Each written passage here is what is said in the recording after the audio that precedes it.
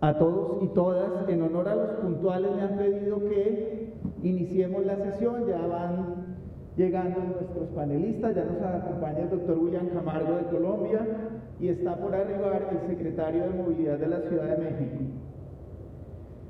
Primero que todo, queremos darles un agradecimiento muy especial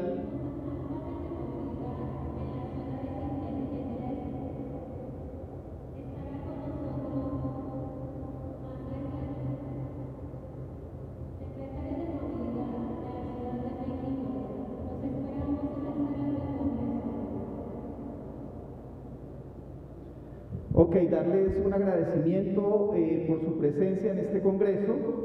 Les agradecemos mantener sana distancia, pues el salón está dispuesto justamente para eso. También les pedimos, en la medida de lo posible, apagar sus celulares o ponerlos en silencio, esto por respeto a nuestros conferencistas. Hoy estaremos en este espacio hablando de un tema que es crucial y es la movilidad en las ciudades inteligentes. Esto es qué hacer para que las personas usuarias del sistema de movilidad puedan tener acceso a bienes y servicios, reduciendo los movimientos motorizados y por ende pues, las externalidades que esto genera. Esto implica procesos de planeación asociados a la planeación urbana y movilidad, pero también tecnologías limpias, tecnologías de información y comunicación, datos. Implica gobernanza debidamente estructurada para poder administrar los componentes del sistema de movilidad, y de eso vamos a estar conversando nuestros panelistas que nos acompañan. El doctor William Camargo, gerente del proyecto de vías inteligentes del Instituto Nacional de Vías de Colombia, y como mencionaba nos va a acompañar Andrés Layuz, titular de la Secretaría de Movilidad de la Ciudad de México. Creo que tenemos un mensaje de inicio por parte del doctor Aurelio Meléndez, Practice Manager de Transporte de África Oriental para el Banco Mundial. Entonces vamos a oír el mensaje de Aurelio y ya empezaremos con nuestras conferencias. Adelante, muchas gracias.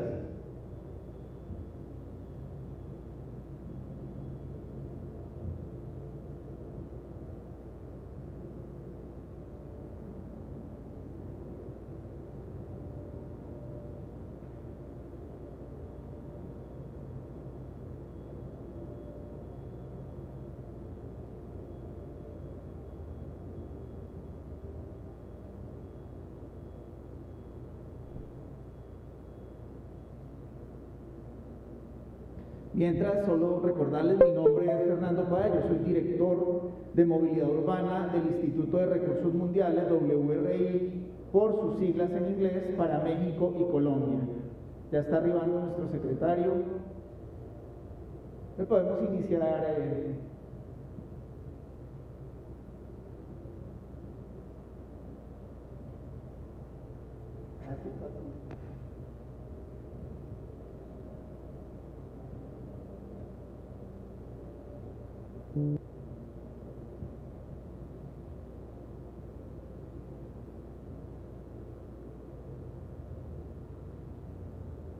Lamentamos los problemas técnicos.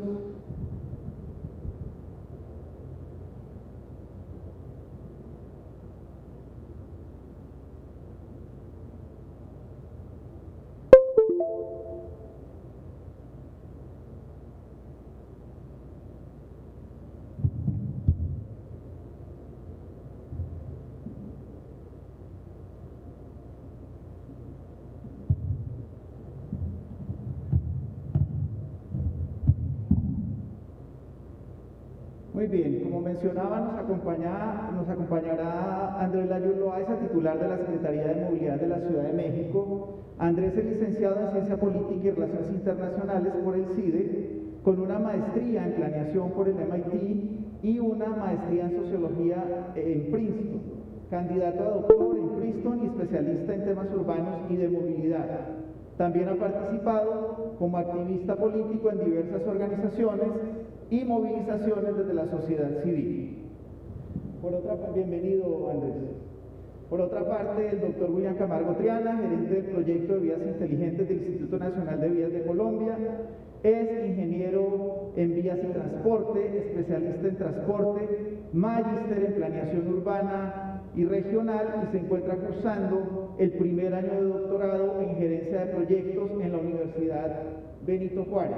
Tiene amplia experiencia en proyectos de movilidad sostenible, diseño orientado al transporte sostenible, es diseñador, planificador de proyectos viales, rurales, urbanos y regionales, formulación, diseño, seguimiento y implantación de proyectos relacionados con el ordenamiento territorial, planeación urbana y regional, tránsito, transporte, seguridad vial, movilidad y equipamientos de transporte, así como formulación de planes de implantación y regularización, así como de aspectos urbanísticos y de ordenamiento territorial. Dentro de sus cargos públicos ocupados, más destacados se encuentran secretario de Movilidad de la Alcaldía de Santiago de Cali. Muchas gracias. Ya podemos adelante entonces con el video de Aurelio Menéndez del Banco Mundial. Adelante. Cordiales saludos desde Dakar, Senegal. Muchas gracias a los organizadores por permitirme dar unas palabras de introducción en esta sesión sobre el transporte en ciudades inteligentes que cuenta con un panel de primerísima línea. Mi nombre es Aurelio Menéndez, soy el gerente de transporte a cargo de las iniciativas o operaciones del Banco Mundial en África Occidental. Quisiera empezar por indicar que el Banco Mundial ha adoptado una estrategia de desarrollo en apoyo a intervenciones que sean verdes, resilientes e inclusivas dentro de lo que se denomina el Building Back Better en este mundo de pospandemia y de cambio climático en el que nos encontramos.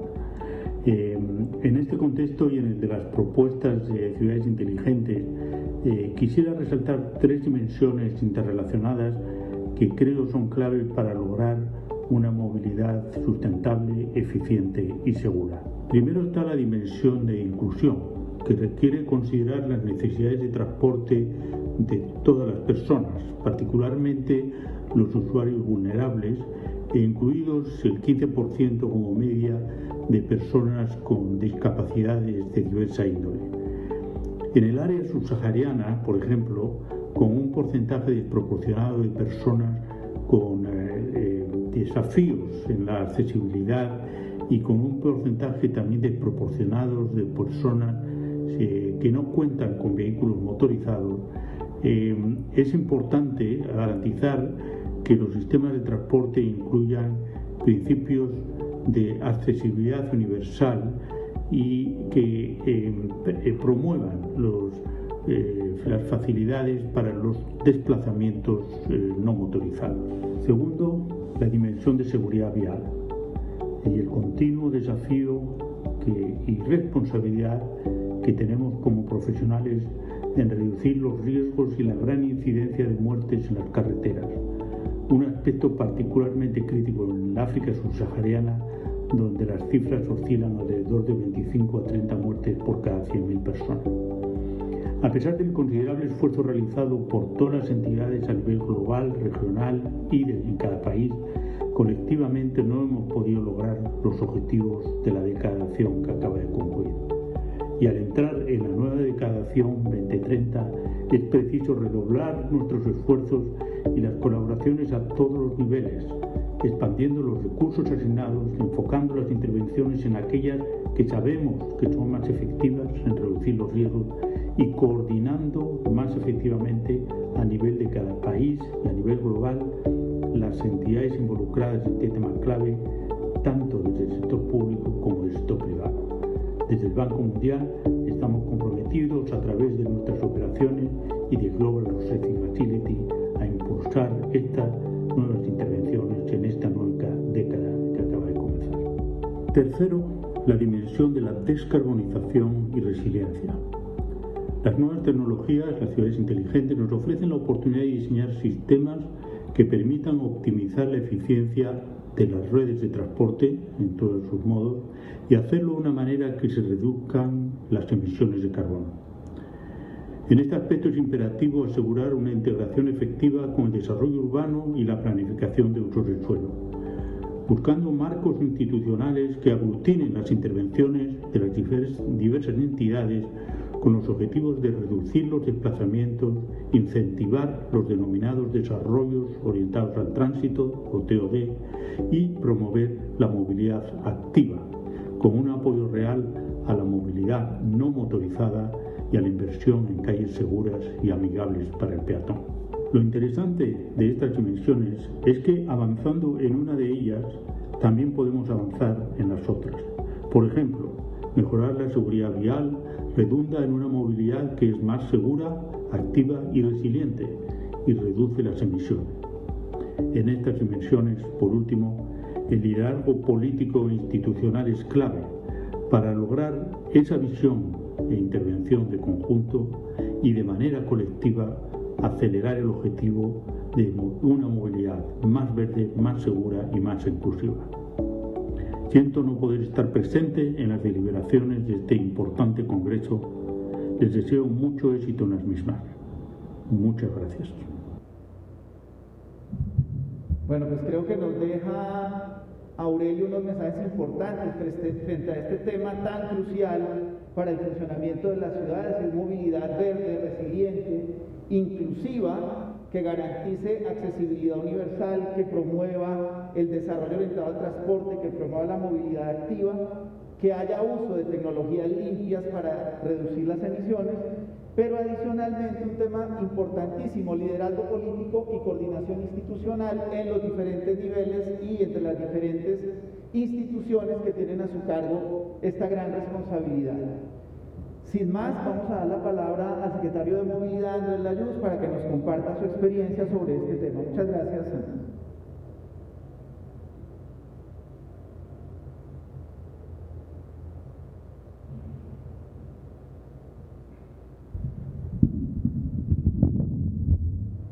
Buenas tardes a todas y a todos. Muchas gracias por estar aquí.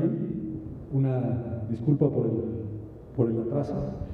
Les voy a hacer una breve presentación de la forma en la que hemos estado trabajando en el gobierno de la Ciudad de México desde movilidad. Esto tiene distintas aristas. Es primero el breve diagnóstico de cuál es la situación de la movilidad desde que llegamos, digamos, la situación histórica de alguna forma de la movilidad en la Ciudad de México, y después cuáles son las medidas que hemos tomado y los instrumentos que usamos para enfrentar esta realidad y hacer las mejoras que nos parece que son fundamentales para toda la movilidad y en particular el sistema de transporte público. ¿Esto funciona? Sí, ahí está. ¿Lo estoy moviendo yo o lo están moviendo ustedes? ¿Yo? Okay. Muchas gracias. Entonces, lo primero, vale la pena recordar cuál es la distribución modal en la Ciudad de México. Si no vemos esto, es muy difícil entender por qué la ciudad funciona como funciona. Del total de viajes que se hacen en la Ciudad de México, estamos hablando de 19.6 millones de viajes diarios.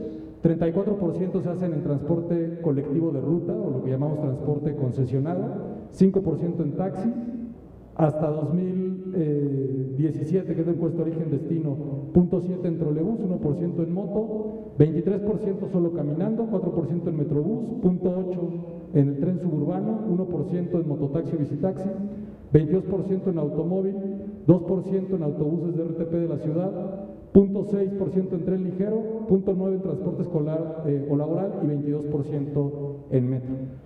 ¿Por qué es importante tener tanto el número total de viajes en la mira como la distribución modal? Porque la Ciudad de México tiene, tanto por su magnitud como por su distribución, una situación muy particular, que muchas otras ciudades constantemente aspiran a lograr, pero que es difícil lograr. Y es que la gran mayoría de los viajes se hagan en transporte público. Lo que nos dice esto es que solo 22% de los viajes se hacen en automóvil particular. Y eso vale la pena recordarlo, porque normalmente cuando hay discusiones sobre distribución modal, se habla y se generaliza muchas veces en todas las ciudades como si todas tuvieran una distribución modal muy favorable al automóvil, es decir, que tienen más automóviles. Sin embargo, es radicalmente distinta la distribución modal en Mexicali que en la Ciudad de México, en Guadalajara que en la Ciudad de México, etcétera. ¿Cuál es el tema que más, y el enfoque que tenemos en términos de diagnóstico, que más nos importa? Y es la desigualdad que hay en el transporte, más bien la desigualdad que hay en la ciudad y que se refleja en la movilidad y en el transporte. Y esto, una forma de verlo tiene que ver con la accesibilidad, es decir, qué tan accesible hace el transporte a las cosas que nos interesan de la vida, como es el trabajo, como es el esparcimiento, como es la visita a nuestros familiares, etcétera. Y tenemos esta situación en donde, por la forma urbana que tenemos en la ciudad, los viajes más largos y de peor calidad los hacen personas de ingresos más bajos. Es decir, se tienen que hacer viajes, como ustedes saben, para describirlo de forma anecdótica, de hasta 3 horas, que vienen de la periferia o la zona periférica de la Ciudad de México, incluyendo la zona conurbada del Estado de México, con medios de transporte en donde las personas están obligadas a hacer 1, 2 y hasta 3 transferencias para llegar a su destino. Paradójicamente, en la Ciudad de México es más probable que alguien sea dueño de un automóvil si está cerca de una línea de metro. Esa es una de las paradojas que enfrentamos. Sin embargo, la mayoría de las personas que usan el transporte público evidentemente no tienen automóvil porque tienen que hacer el primer recorrido largo hasta, por ejemplo, llegar a la red de transporte estructurada como son el metro, metrobús, tren ligero, trolebuses, etc. Entonces, por eso, la desigualdad reflejada en el transporte es de los temas que más nos interesan y donde ponemos nuestro foco de atención. Justamente, como los viajes son fragmentados, parte de la situación histórica de la ciudad ha sido que los distintos servicios de transporte público están fragmentados de la misma forma. Es decir, las personas toman sus tramos de viaje en distintos transportes y no hay ninguna integración, ni operacional, ni de imagen, y por supuesto ni de experiencia de viaje. El esfuerzo que hemos hecho ha sido precisamente por esa integración. Y uno de los ejemplos más concretos de la integración de todo el sistema de transporte es el establecimiento de una tarjeta única de pago. Ese establecimiento, que ya teníamos una tarjeta de pago en Metrobús y una muy parecida y a veces compatible en el metro, a veces no necesariamente compatible, la homologamos para metro y Metrobús y la ampliamos a otros sistemas de transporte como es RTP, el sistema de trolebuses y ahora el cablebús, empezando literalmente hace un mes a colocar los primeros validadores en parte del transporte concesional. El objetivo es que todos los modos de transporte público en la Ciudad de México usen la misma tarjeta de pago. Eso le facilita las cosas a los usuarios en términos de no tener que cargar efectivo, no tener que cargar cambio, etcétera.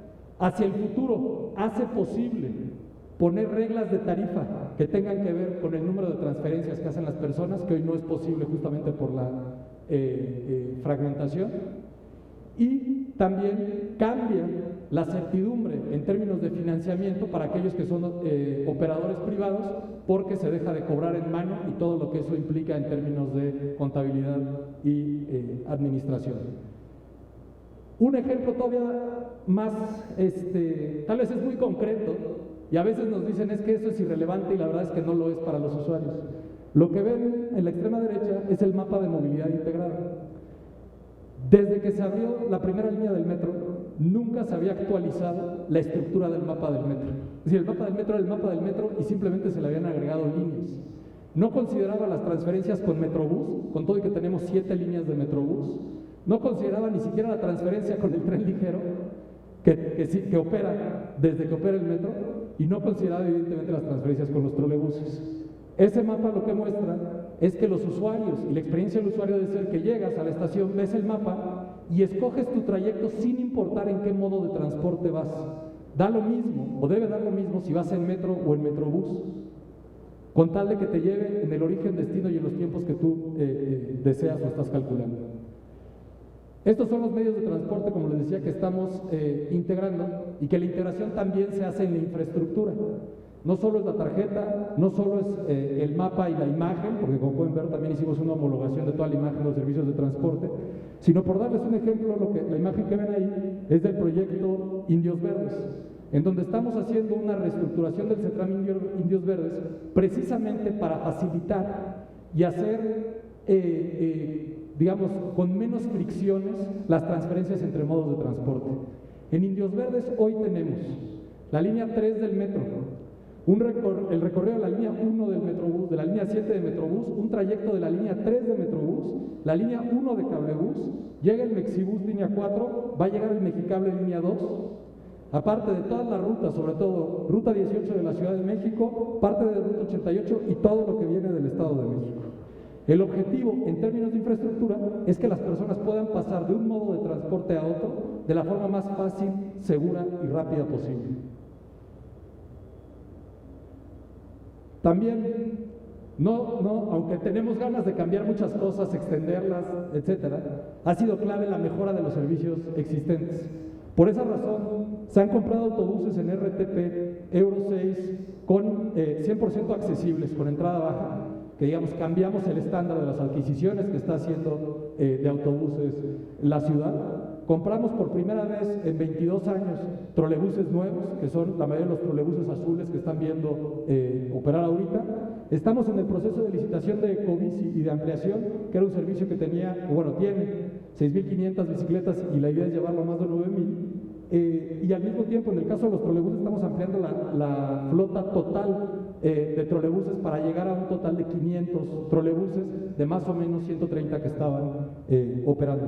En el caso del servicio de taxi, tenemos el programa de chatarrización, en donde este año estamos chatarrizando alrededor de 200 unidades, pero el objetivo es que sean unidades híbridas, eléctricas o lo que llamamos altamente eficientes. También, eso no quiere decir que no estemos trabajando, aunque sí, mucho de lo que les estoy mostrando tiene que ver con el transporte operado directamente por la Ciudad de México.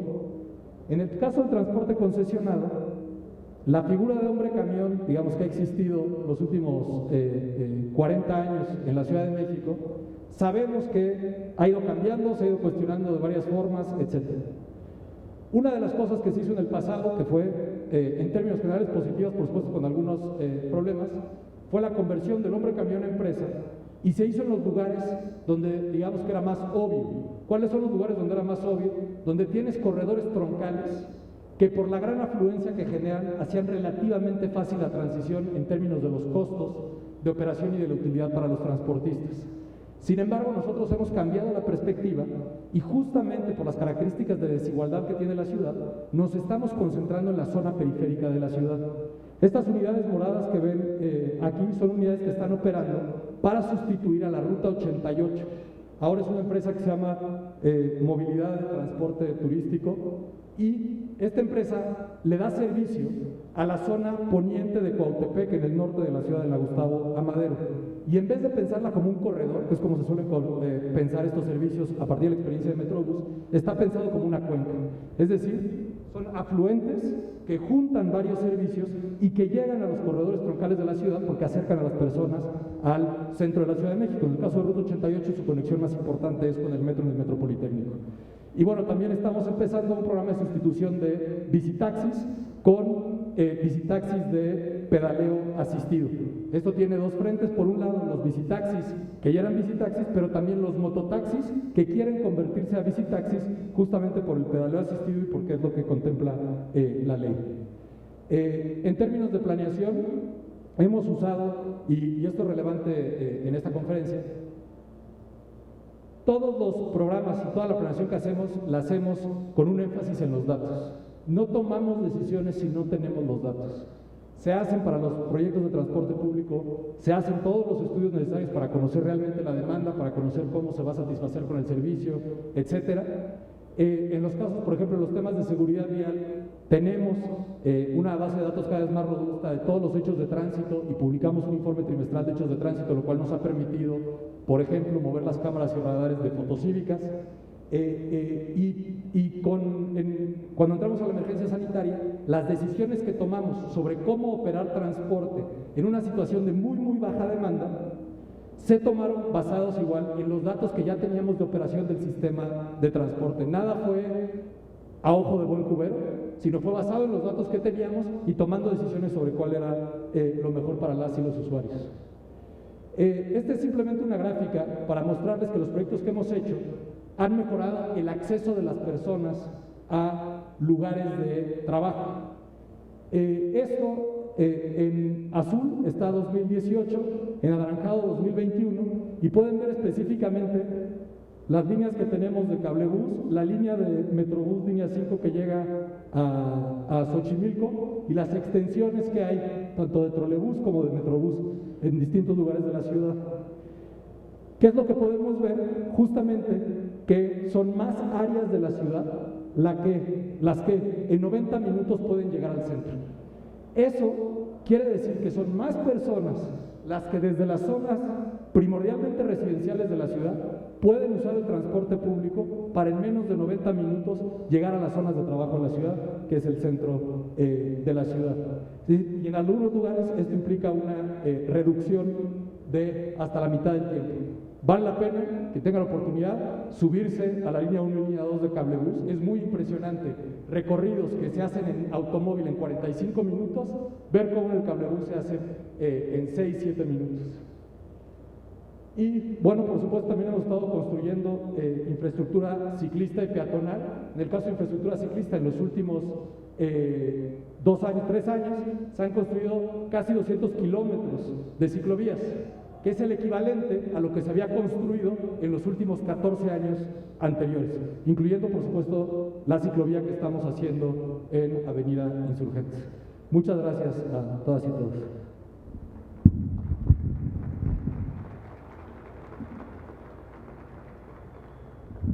Secretario, muchas gracias, muy interesante todos los avances en la ciudad, pero quisiera destacar de su intervención este tema de la equidad en el servicio y la equidad en la movilidad. No podemos tener ciudades con movilidad inteligente si no garantizamos a las personas usuarias el acceso a los servicios para poder tener acceso, como usted lo mencionaba, a bienes, a servicios, a diversión. De tal manera que esto es muy importante y esto pone a las personas usuarias en las ciudades inteligentes en el centro de la solución, pensando un poco en que estén seguras, que tengan autonomía, y eso implica esa información que es tan importante para movilizarse. Conectividad con una infraestructura que permita fácilmente pasar de un modo a otro, y esto nos lleva a todo el tema de integración de servicios. Muy interesante el tema de la tarjeta única de movilidad integrada, que empieza a caminar hacia esos aspectos. Decisiones basadas en datos, y sin duda lograr a partir de todo esto que las personas usuarias logren viajes más óptimos para llegar a sus destinos, de tal manera que ahí se va viendo todo este concepto de movilidad inteligente puesto en el contexto de una ciudad compleja con grandes retos, pero mostrando que ese cambio es posible, que requiere tiempo, pero que todo esfuerzo que se haga suma para lograr esa equidad para las personas usuarias del sistema de movilidad. Vamos a dar la palabra al doctor William Camargo, que nos acompaña desde Colombia. Bienvenido, William, y pues muy interesados en oír qué nos quieres compartir el día de hoy.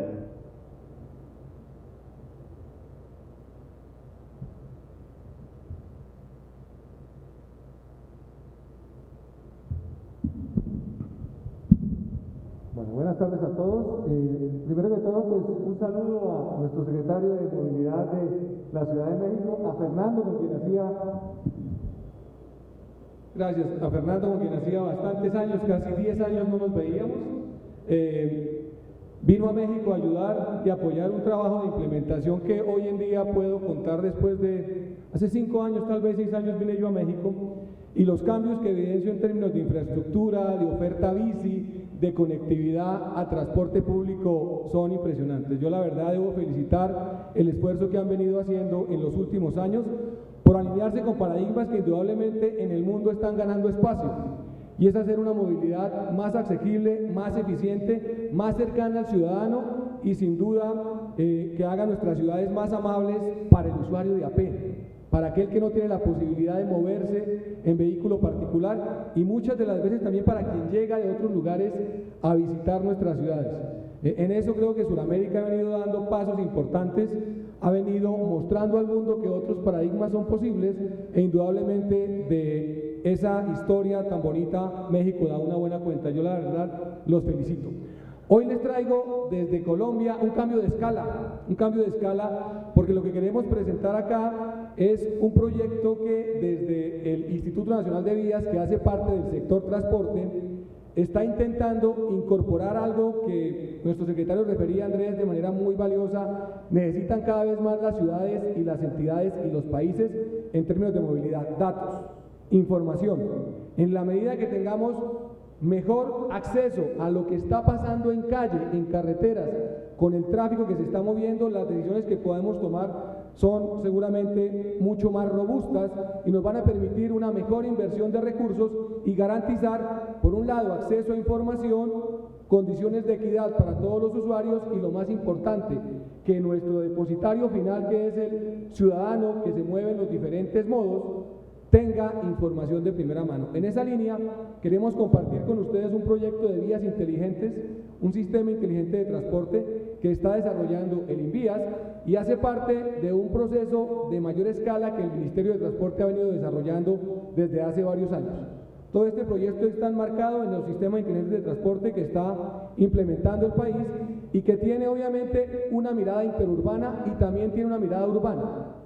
Lo que hemos venido desarrollando en Colombia en los últimos años con los sistemas de transporte masivo tiene ya componentes de ITS muy robustos que le han tomado ventaja a la escala nacional. Y en la escala nacional tomamos la iniciativa en el INVÍAS como, llamémoslo así, entidad operativa del sector transporte para implementar este proyecto que busca justamente mejorar condiciones de seguridad, competitividad y gestión de la infraestructura sobre la base de una arquitectura robusta de información y un sistema completamente abierto e integrado con diferentes módulos y con diferentes sectores del Estado y del mismo Ministerio para mejorar la prestación del servicio que tenemos en la red vial nacional. Bajo esa lógica, el INVÍAS es de alguna manera la entidad encargada de gestionar la infraestructura intermodal del país. Tenemos a cargo el componente carretero, alrededor de 18.000 kilómetros de red vial principal, las vías arterias de nuestro país, alrededor de 45.000 kilómetros de red vial secundaria, que es de alguna manera la que conecta ciudades intermedias y departamentos, y una red terciaria del orden de 145.000 kilómetros que conecta las zonas más alejadas de nuestro país y obviamente nuestra despensa agrícola y ganadera.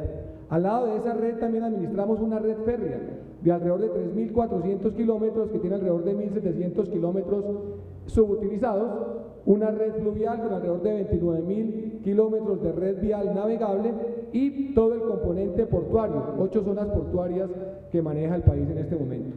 El proyecto justamente lo que busca es integrar información de diferentes fuentes levantada en campo con 3 subsistemas y 10 módulos que nos van a permitir registros sobre velocidades, volúmenes vehiculares, pesaje de vehículos, condiciones de velocidad, evaluar condiciones de tránsito con la utilización de drones y elementos asociados a información a usuarios como paneles de mensajería variable, básculas de pesaje dinámico y elementos de monitoreo de infraestructura. Este esfuerzo, que va de la mano con una iniciativa del Ministerio que está alineada con temas de sostenibilidad, es posible gracias a la existencia en Colombia de unos recursos que se captan de los peajes interurbanos. De cada peaje que se paga, se toman alrededor de 200 pesos, que es más o menos $0.1 por cada desplazamiento, por cada pago de peaje, y esos recursos alimentan una bolsita. Y esa bolsita sirve para gestionar la logística y los componentes tecnológicos del programa de seguridad en carreteras, del que hace parte la Armada, el Ejército y DITRA, que es la Policía de Carreteras. De alguna manera es como el cuerpo de tránsito en las vías interurbanas y que apoya también las actividades en algunas ciudades a través de convenios interadministrativos. Estas tres entidades o estos 3 cuerpos, digamos, de fuerza militar están acompañados por equipo civil del Instituto Nacional de Vías, que hace parte del programa, y tienen una plataforma de consulta y de información a los ciudadanos, que es el numeral 767, que es, digámoslo, como el 911 para el componente de tránsito y transporte a nivel del país. Bajo esa plataforma, lo que intentamos integrar es una serie de dispositivos que recibimos de una generación anterior, de una primera etapa de este programa, un centro de control que recoge visuales de concesiones, tiene alrededor de 42 dispositivos implementados que básicamente son cámaras de PTZ que solamente identifican algunos eventos, y adicionalmente recogemos visuales de nuestros peajes. El INVIAS administra 44 peajes y 100 peajes adicionales, aproximadamente 120, están a cargo de la Agencia Nacional de Infraestructura, que es la encargada de gestionar la infraestructura concesionada. El INVIAS asume la infraestructura que no está concesionada, alrededor de 11.000 kilómetros. Este centro de control permite obviamente información a los usuarios, tiene unos estándares de comunicación ya creados y de alguna manera queríamos darle una actualización aprovechando el proyecto. Esta es la cobertura que actualmente tenemos en el país. Nuestro país, a pesar de contar con 2 costas, es un país completamente cordillerano. Tenemos 3 cordilleras a lo largo de las cuales se configuró la geografía urbana de nuestro país. El 80% del Producto Interno Bruto de Colombia está en esas zonas cordilleranas, y el 30%, que lo pueden ustedes ver al costado derecho, donde se ve menos infraestructura vial, a ver si podemos señalar con esto, tal vez no, es literalmente zona de reserva, todo lo que es la Orinoquía y la Amazonía, pero todo lo que está de este borde cordillerano hacia las costas es de alguna manera la vitalidad económica de Colombia. En este momento teníamos antes del programa 10 departamentos con cobertura, y lo que definimos fue una arquitectura con 3 subsistemas. Un subsistema de orden público y seguridad, que está más asociado al trabajo que habitualmente desarrollan las fuerzas militares, Ejército, Armada y la Policía, DITRA. Un subsistema de monitoreo de tránsito y transporte, que está más asociado a las funciones que tiene el INVIAS, la Agencia Nacional de Seguridad Vial y la Superintendencia de Transportes. Y un subsistema de monitoreo de infraestructura, que es más el core de gestión de infraestructura que desarrolla el INVIAS. Estos 3 subsistemas integran diferentes módulos. En el de orden público tenemos cámaras de detección automática de incidentes, cámaras PTZ, y también tenemos dispositivos como radares no intrusivos para verificar en algunos puntos de la red vial el paso de vehículos con, llamémoslo así, sustancias prohibidas para su desplazamiento, y tenemos también algunos módulos asociados a videovigilancia con drones.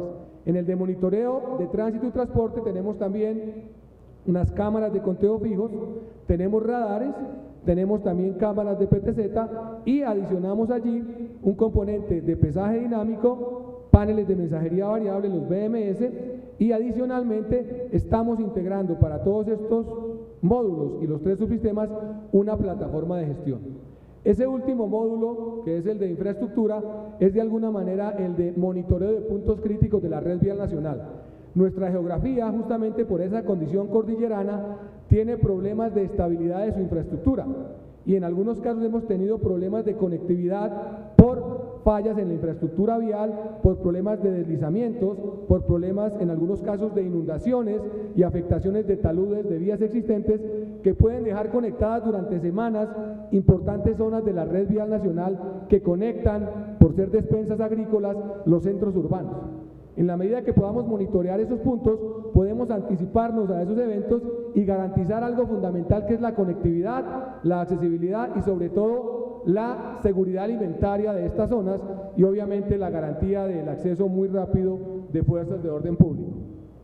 Estos 3 subsistemas están integrados en un centro de control y asumen también la información de bases de datos de carácter nacional y de otros actores del subsistema de movilidad que tiene el país.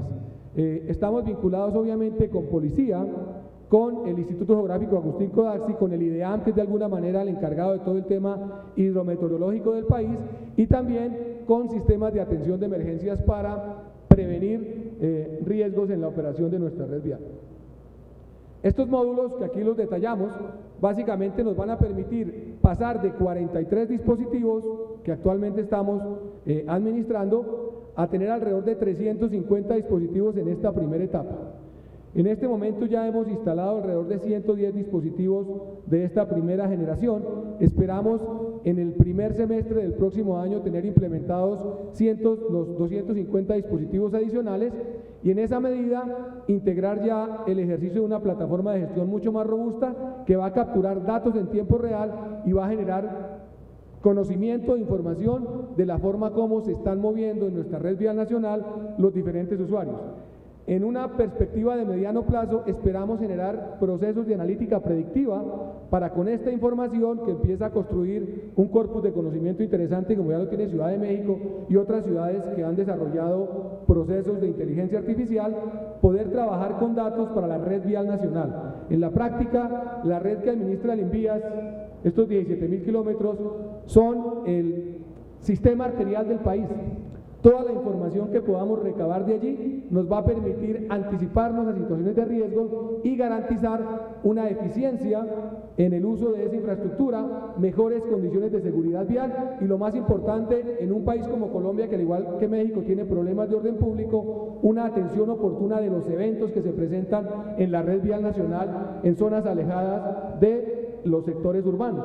En esa medida lo que logramos es un escalamiento de información a mayor distancia con dispositivos tecnológicos y un acompañamiento a fuerzas de orden público que garantizan un ejercicio de atención y respuesta oportuna, no solamente a eventos de orden público, sino también a situaciones de emergencia y a afectaciones cotidianas de tráfico en periodos, por ejemplo, cercanos a Semana Santa o a condiciones festivas. Dentro de los módulos también incorporamos temas de pesaje dinámico para garantizar que la infraestructura que estamos administrando sea operada por vehículos dentro de los rangos que les permiten, digamos, sus capacidades transportadoras, un módulo de conteo de vehículos y de velocidades que nos va a permitir construir matrices de origen-destino sobre estos corredores y obviamente mejorar la información de nuestros modelos de transporte para planeación de infraestructura vial nacional y también para apoyar los esfuerzos de las autoridades locales. Un módulo de Gálibos que busca es preservar la infraestructura sensible, paso de puentes y de intersecciones a desnivel que pueden verse afectadas por violación de los límites de altura en la circulación de los vehículos de carga, unos paneles de mensajería variable para anticiparnos e informar a los usuarios sobre afectación en sus corredores e itinerarios habituales respecto a condiciones de afectación por tráfico o por situaciones de orden público o por deslizamientos, y un módulo aéreo que va a permitir evaluar situaciones de afectaciones por congestión en periodos pico de fines de semana o de semanas festivas o Semana Santa. Y este que es el módulo de alguna manera de menor escala, pero uno de los más importantes, que es de alguna forma anticiparnos a la generación de afectación en taludes e infraestructuras construidas en zonas sensibles y que empieza con un piloto de 4 puntos de alrededor de 350 que tenemos que ir monitoreando paulatinamente justamente por la sensibilidad de la infraestructura vial que tenemos. Este es el cronograma que venimos implementando, es un proyecto que se gesta en los 2 primeros años de la administración del actual gobierno nacional, ya estamos en el último año de gobierno y empieza su implementación el año anterior. Un cronograma de 22 meses que espera terminar resultados a 7 de agosto y dejar sembrada una semilla de un primer sistema inteligente de transporte que recoge alrededor de 6.000 kilómetros de red vial nacional administrada por INVIAS y la ANI y que aspira a escalar a los 17.000 kilómetros que tiene la red nacional e integrar a futuro los centros locales de las ciudades principales. Estamos hablando de Bogotá, Medellín, Barranquilla, Cali, que ya están empezando a trabajar con sus sistemas inteligentes de transporte. Esta es la cobertura que tenemos para orden público, ya me quedan 5 minutos, perfecto, los vamos a cubrir de manera exhaustiva. El número de dispositivos que vamos a implementar, 21 departamentos con cobertura. Esta es la de monitoreo de tránsito y transporte, que tiene obviamente los radares, conteos fijos, conteos móviles con 25 dispositivos. Vamos a desplegar conteos en 625 puntos para completar 745 puntos que tiene el país de monitoreo de tránsito para construir matrices origen-destino y también las tasas de crecimiento de tráfico interurbano e interdepartamental. Adicionalmente los paneles, y en este estamos cubriendo alrededor de 15 departamentos. El siguiente módulo es el de infraestructura, puntos críticos en 4 departamentos, y todo obviamente nos permite una cobertura de alrededor de 6.000 kilómetros con dispositivos aproximadamente cada 10 kilómetros. Iniciamos con una línea base del orden de un dispositivo cada 20 kilómetros, cada 25, y estamos llegando en esta primera etapa a un dispositivo cada 10 kilómetros en esa red vial. Este es nuestro centro de control, lo que esperamos dejarle al país en funcionamiento, y detrás de él un cerebro gigantesco, una plataforma de gestión que va a tener diferentes funcionalidades para producción de información y conocimiento. En esto hemos contado obviamente con un aliado estratégico que es local, es de México, que es Seguritech, que es una firma experta en temas de tecnología que tiene una filial en Colombia y que es nuestro aliado en este proceso a través de un proceso licitatorio. Lo que tenemos allí pues es obviamente todo lo que espera el centro de control entregar como servicios a los usuarios finales y también a nuestros stakeholders de las fuerzas militares. Este es el numeral, que es de alguna manera un numeral recargado, que tiene la posibilidad de trabajar con un bot que está entregando información de cualquier origen, destino que quieran consultar los ciudadanos, y que a la fecha está registrando mensualmente alrededor de 250.000 consultas por diferentes canales, por Twitter, por Facebook, por llamada telefónica, por páginas de redes sociales, y que en el pasado estaba administrando alrededor de 35.000 a 40.000 consultas mensuales. Multiplicamos prácticamente por 5, y en 5 meses de operación ya tenemos alrededor de 1.200.000 consultas de información que vamos a empezar a procesar para generar conocimiento de nuestra red vial.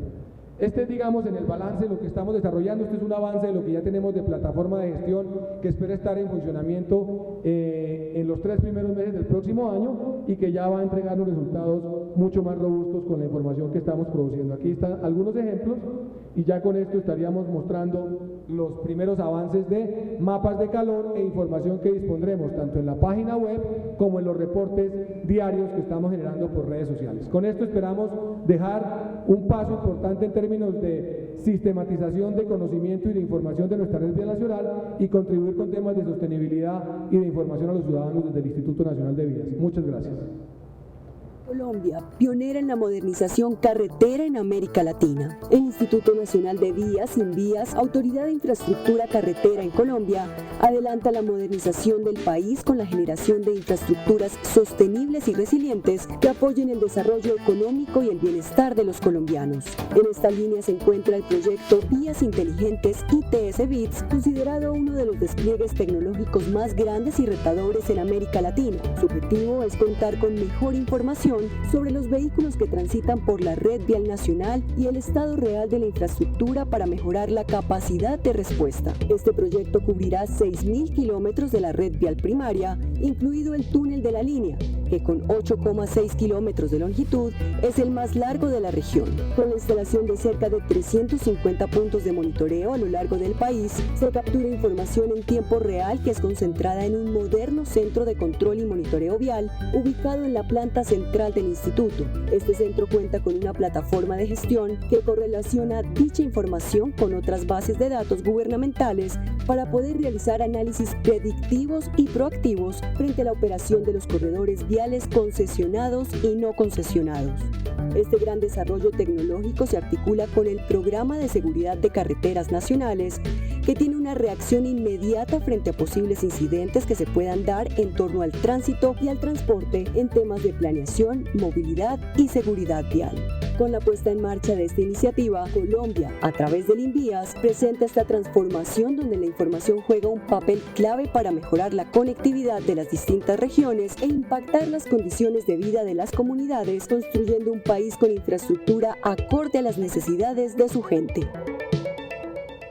La movilidad es de todos. Ministerio de Transporte. Muchas gracias, doctor William, por esta presentación. Muy interesante ver cómo la movilidad inteligente trasciende el tema urbano y va, como bien lo decías tú, al tema interurbano, porque las ciudades no viven solas y tienen que conectarse de unas a otras, y ahí salió un elemento en su presentación que es el tema de competitividad. Solo con una conectividad como la que se espera a partir de estas soluciones se logra competitividad a nivel nacional y también pues en las ciudades que hacen parte de todo de esta red que se conecta a través de las carreteras.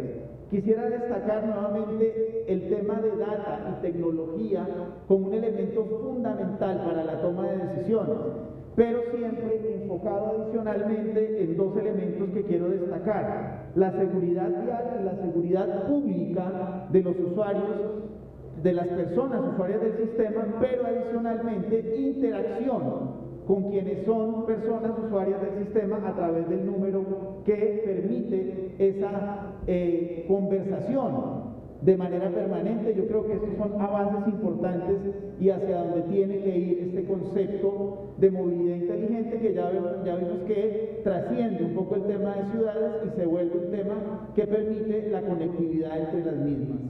Quisiéramos ahora abrir un espacio para preguntas que ustedes quieran formular al secretario Andrés o a William sobre las experiencias que nos han mostrado. Vamos por allá atrás, luego aquí con Arturo y luego... ¿Qué tal? Sergio Arriola de Cactus Traffic. Gracias, muy interesantes y felicitándolos por las presentaciones. Yo quisiera abonar en un foro como este tan importante en temas de movilidad. Yo fabrico semáforos inteligentes.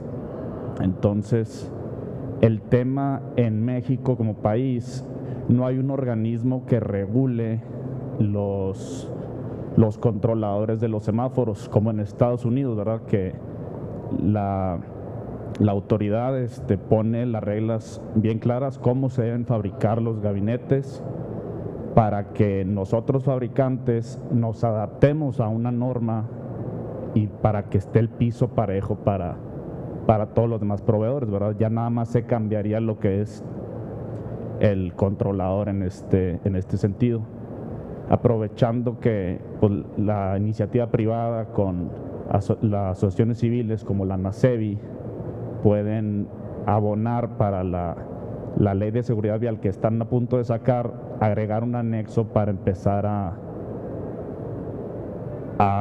poner una norma, y un protocolo en base a estas soluciones para que los municipios no se terminen casando nada más con un proveedor.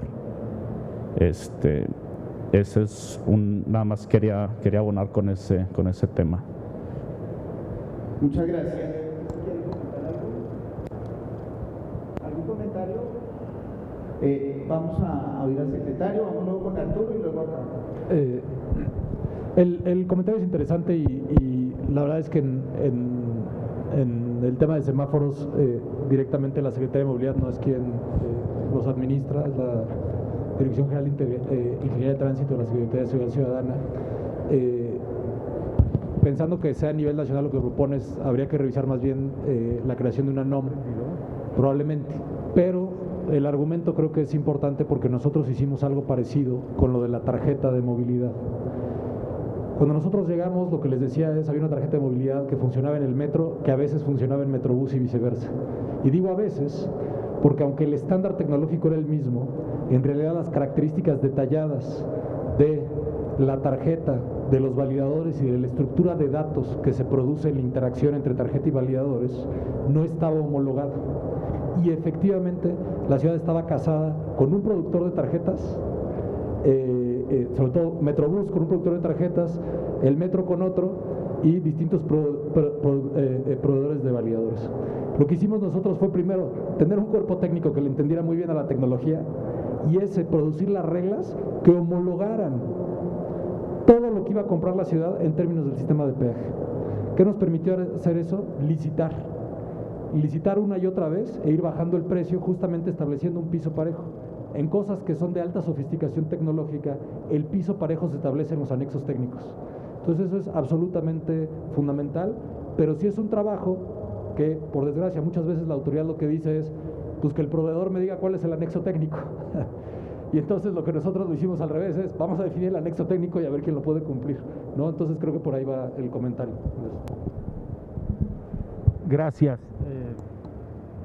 Secretario, yo quisiera hacer una pregunta porque vemos con agrado muchos de los ciudadanos que vivimos en la Ciudad de México la innovación, los cambios, la voluntad de hacer algo por una movilidad sustentable y una seguridad vial, pero es imposible comprender a la Ciudad de México sin considerar el ámbito metropolitano. Y yo quisiera pedir comentarios sobre este aspecto, porque puede ser que una ciudad traiga iniciativas, innovación y avances, pero quisiera sus comentarios sobre los retos que comprende trabajar con los municipios conurbados que corresponden a otras entidades federativas que tal vez no traen el mismo ritmo o la misma visión, o que tal vez son representados por partidos políticos antagónicos. Quisiera sus comentarios sobre los retos y oportunidades que estas situaciones ofrecen, y más en el contexto de la Ciudad de México, con 9 millones aquí y 10 millones en el área conurbada.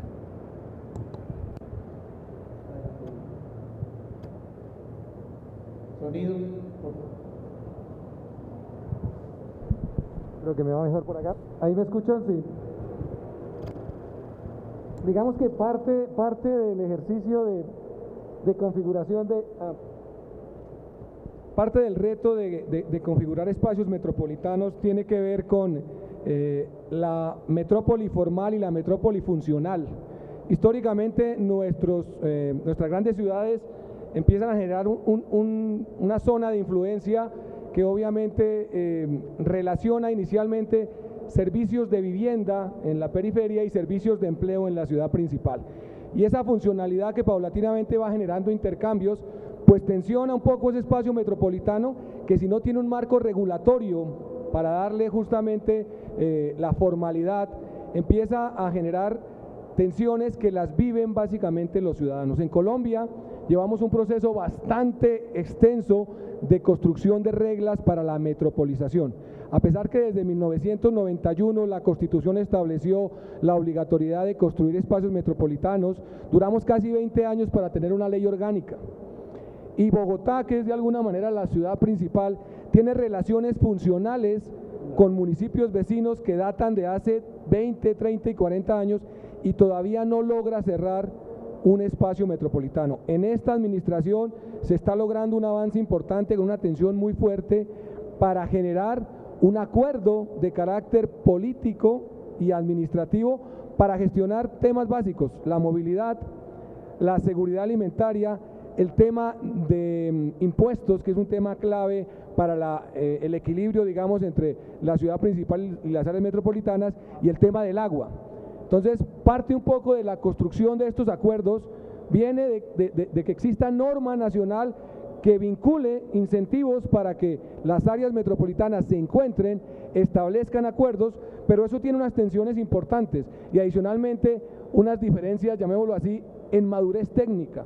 Las ciudades principales, las ciudades primadas, tienen una capacidad técnica bastante avanzada, mientras que las ciudades cercanas tienen prácticamente que acercarse a aprender, y de alguna manera eso rompe un tejido político que históricamente tensiona esa relación. Entonces, hay un equipo técnico que muchas de las veces juega para que esos acuerdos se den, hay un equipo político que seguramente tiene intereses y también necesita que eso suceda, pero si no hay incentivos suficientes para que ese acuerdo político trascienda, difícilmente el avance se da. En Colombia tenemos varias ciudades, varias áreas metropolitanas ya configuradas, y prácticamente el primer elemento que las relaciona es el componente de transporte.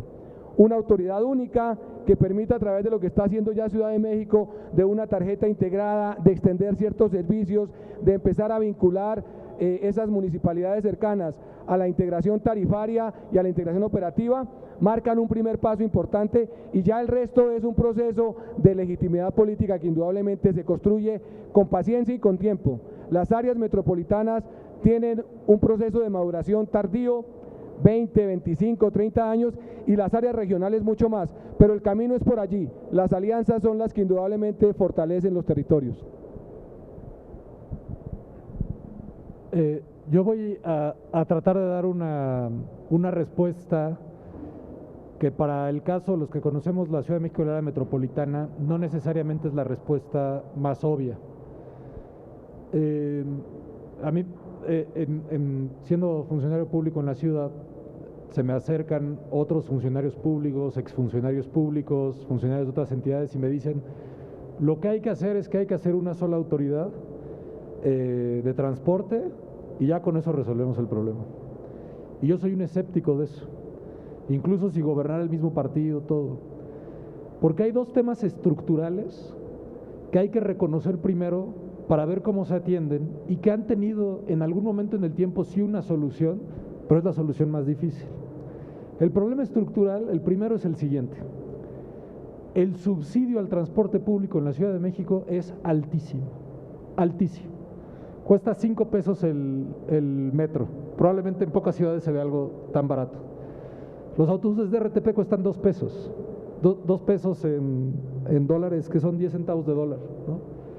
Es probablemente lo más barato que podemos ver en transporte público. La tarifa del transporte concesionado está entre 5.50 y 7 pesos. Con ese nivel de subsidio, que una parte lo absorbe, entonces los que opera la ciudad lo absorbe el presupuesto de la ciudad, ampliar la red de transporte hacia el Estado de México sin cobrar los impuestos del Estado de México, simplemente no es posible. Esa es la primera razón estructural. La segunda, que está vinculada, es que por definición, por la forma urbana, por el fenómeno de distribución espacial entre trabajo y hogar, las zonas residenciales son más dispersas que las zonas de trabajo. Tenemos más concentrada la zona de trabajo y más dispersa la residencial. Parte de esa dispersión, y se vuelve todavía más dispersa porque hay más tierra disponible en el Estado de México. De tal forma que operar transporte en el Estado de México, por definición, también es más caro que en la Ciudad de México, porque no recibes todos los beneficios de la alta demanda de los lugares donde tienes muy concentrados los viajes. Entonces, lo que tú tienes que empatar es, gracias a ese subsidio tan importante, y que no lo digo para criticar el subsidio, al revés, de las grandes cosas que tiene la Ciudad de México es ese transporte público tan barato que se reflejan en esa distribución modal tan poco común de 80-20. En las ciudades donde tienes un transporte público caro, lo que hace la gente es gastar esos recursos en transporte individual privado, como son motocicletas y coches. Si tienes un transporte público barato, siempre va a ser una opción el transporte público. Entonces, empatar el altísimo subsidio que tenemos en la ciudad, que lo hace posible la concentración de trabajos, con la ausencia de subsidio en el Estado de México y la dispersión en el origen de los viajes, hace muy difícil que se pueda operar de forma integrada. ¿Qué es lo que sí se está haciendo que no se hacía antes? Y es que estamos trabajando de cerca con las autoridades del Estado de México. Ejemplo de ello es el proyecto de Indios Verdes que les mencionaba. Se va a reconfigurar Indios Verdes para que el Mexibus y el Metrobús puedan transferirse de manera directa, e incluso no solo el Mexibus va a tener la parada en Indios Verdes, sino que va a tener la parada en La Raza, es decir, adentro de la Ciudad de México. ¿Por qué tienen que operar de forma separada? Por la razón que dije de la distribución de costos. ¿Cómo lo estamos integrando? En infraestructura. ¿Cuál es la solución que ha existido en el pasado? Que el proyecto de transporte era un proyecto nacional, y por eso se construyeron la línea A y la línea B del metro, que aunque se pagan ahora el subsidio con recursos de la ciudad, porque ahora sí que así nos tocó, la inversión de infraestructura se hizo con recursos federales y durante mucho tiempo parte de esa operación se hizo con recursos federales. Ok, muchas gracias. Por temas de tiempo creo que tenemos solo para una pregunta en orden. La pregunta es la tuya. Y bueno, aquí estamos ahora, si quieren aceptar luego a nuestros ponentes para profundizar adelante. Buenas tardes, Javier Ruiz, felicidades. En este espacio me he encontrado con algo increíble.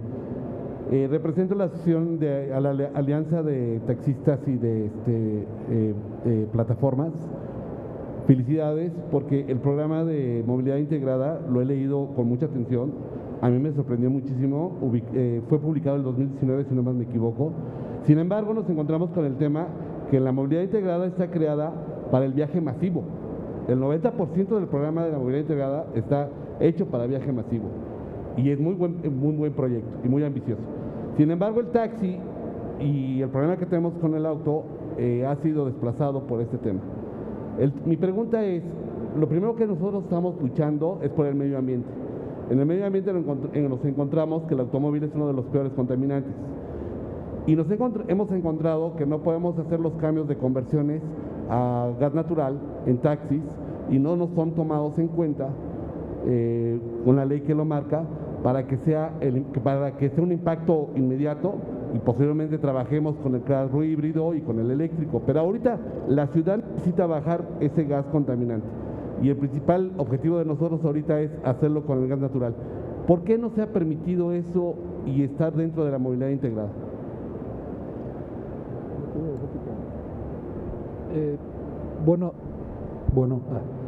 Dos comentarios. El primero es, el taxi sí se ha considerado dentro del proyecto de movilidad de la ciudad. Muestra de ello es que tenemos la aplicación de taxi en la ciudad.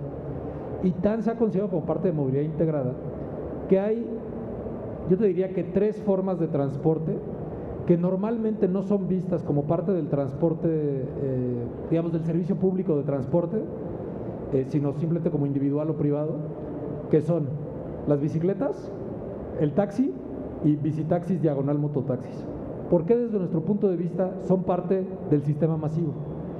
Porque si vemos dónde suceden y dónde van a suceder los primeros tramos de viaje, suceden del hogar a las terminales del metro. Si uno se baja, y esta es la paradoja, muchas organizaciones de taxis nos dijeron, necesitamos una aplicación de taxi para competir con las aplicaciones. De acuerdo. Pero ¿dónde vemos buena parte de los viajes de taxis con cromática, taxis rosas en la Ciudad de México? Afuera de las estaciones del metro. Siempre va a ser más fácil y más rápido para un usuario bajarse del metro, levantar la mano y subirse a un taxi que puede identificar fácilmente, que bajarse del metro, sacar una aplicación, sacar su celular, pedir un taxi cuando tiene enfrente 80 taxis, ¿correcto?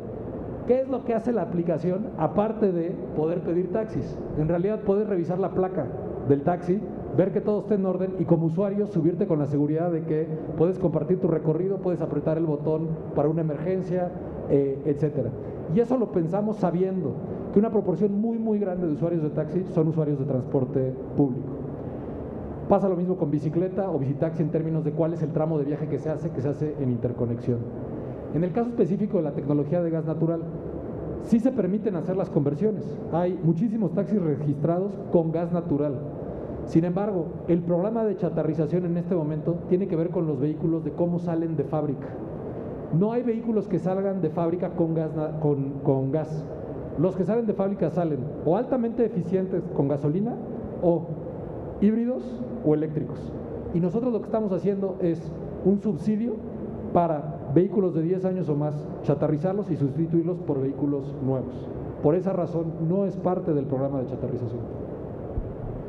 Muchas gracias, secretario. Muy clara la respuesta. Sé que hay más inquietudes. Aquí podemos durar hablando de este tema, creo que otras 2 horas, pero el tiempo no nos da. Quiero pedir un aplauso para nuestros ponentes. Muchas gracias. Y en nombre de Intertraffic, entregar un reconocimiento por su participación en el Congreso Iberoamericano en la Ciudad de México del 9 al 12 de noviembre del 2021. Quisiera, William, hacer entrega de este reconocimiento por parte de los organizadores del evento. Muchas gracias por venir desde Colombia a compartir esta experiencia. Secretario, muchas gracias por su participación y por su claridad en los planteamientos. Pues muchas gracias a todos. Anunciarles que la información va a estar disponible. La memoria técnica estará disponible en la página web del evento en 2 semanas con una clave de acceso que se va a enviar por correo electrónico. Y queremos invitarlos nuevamente a la exposición mañana de 12 a 19 horas. Muchas gracias por su asistencia. Los invitamos.